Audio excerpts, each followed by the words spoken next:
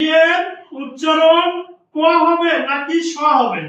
যদি কোনো শব্দের বা ওয়ার্ডের শুরুতে সি থাকে, কথা বলছি, অনেক সময় স দিয়ে শুরু করতে হয়, অনেক সময় ক দিয়ে শুরু করতে হয়।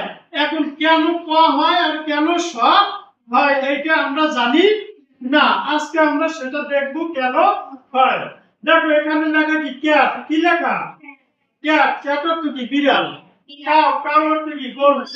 তারপরে সিটি, সিটি অর্থ কি? শহর। সেল অর্থ কি? সি এর পরে ই থাকে, যদি কি থাকে? ই, আই আর ওয়াই। সি এর পরে যদি এই তিনটা লেটার থাকে বা এই তিনটা, তাহলে হবে স। কি হবে? স হবে। এই তিনটা থাকলে ই, আই আর ওয়াই। সি যখন দেখবা, সি এর পরে যদি দেখো ই আছে, কি আছে? ই, বা সি এর পরে আই আছে, বা সি এর পরে ওয়াই আছে, এই কি থাকে, সেক্ষেত্রে স দিয়ে শুরু করতে হবে। কি দিয়ে? এই বাস্তব উদাহরণ দেখো, এখানে লিখছি কি? C E double L. কি লিখছি? C E double L. এটা উচ্চারণ হবে সেল। কি উচ্চারণ হবে? সেল।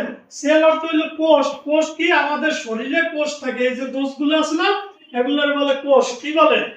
কোষ। এই সেল এখানে হয়েছে কি? স। কি হয়েছে? কারণ সিট পরে ই আছে, কি আছে? আবার সিট পরে আই আছে, আছে না? এজন্য হইছে সিটি। কি হইছে? সিটি। সিটি অর্থ কি? শহর। সিটি অর্থ কি? শহর। সিটি অর্থ শহর। এই সিট পরে আই আছে দেখে এখানে হইছে সিটি। এর পরে যদি এই তিনটা থাকে, সি আই ওয়াই, এই তিনটা থাকলে হবে কি? স। কি হবে? স।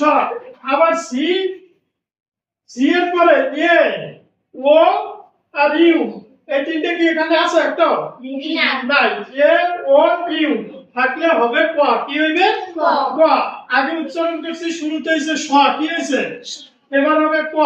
যেমন ক্যাট, ক্যাট কি? ক না?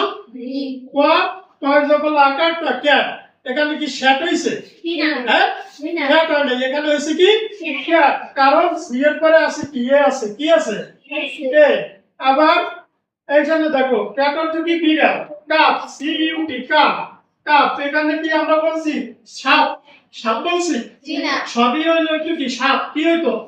সাপ। কিন্তু হয়েছে কি? কাপ। এই জন্য কোন জায়গায় আমরা সি দিয়ে শুরু করলে বলি কি?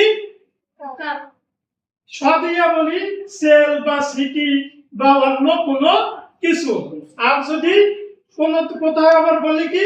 ক দিয়া। কি বলি? ক দিয়ে শুরু করি, যে ক্যাট, তারপরে কাপ, এরকম অসংখ্য শব্দ আছে। তাহলে আমাদের এই দুইটার কারণটা বলছো, যদি সি এর পরে এই তিনটা লেটার থাকে তাহলে হবে স, আর সি এর পরে এই তিনটা লেটার থাকলে হবে ক। এটা ক্লিয়ার? বুঝতে পারছো? এখন যদি তোমরা ইচ্ছা করো 2 মিনিটের মধ্যে সুন্দর করে খাতায় লিখে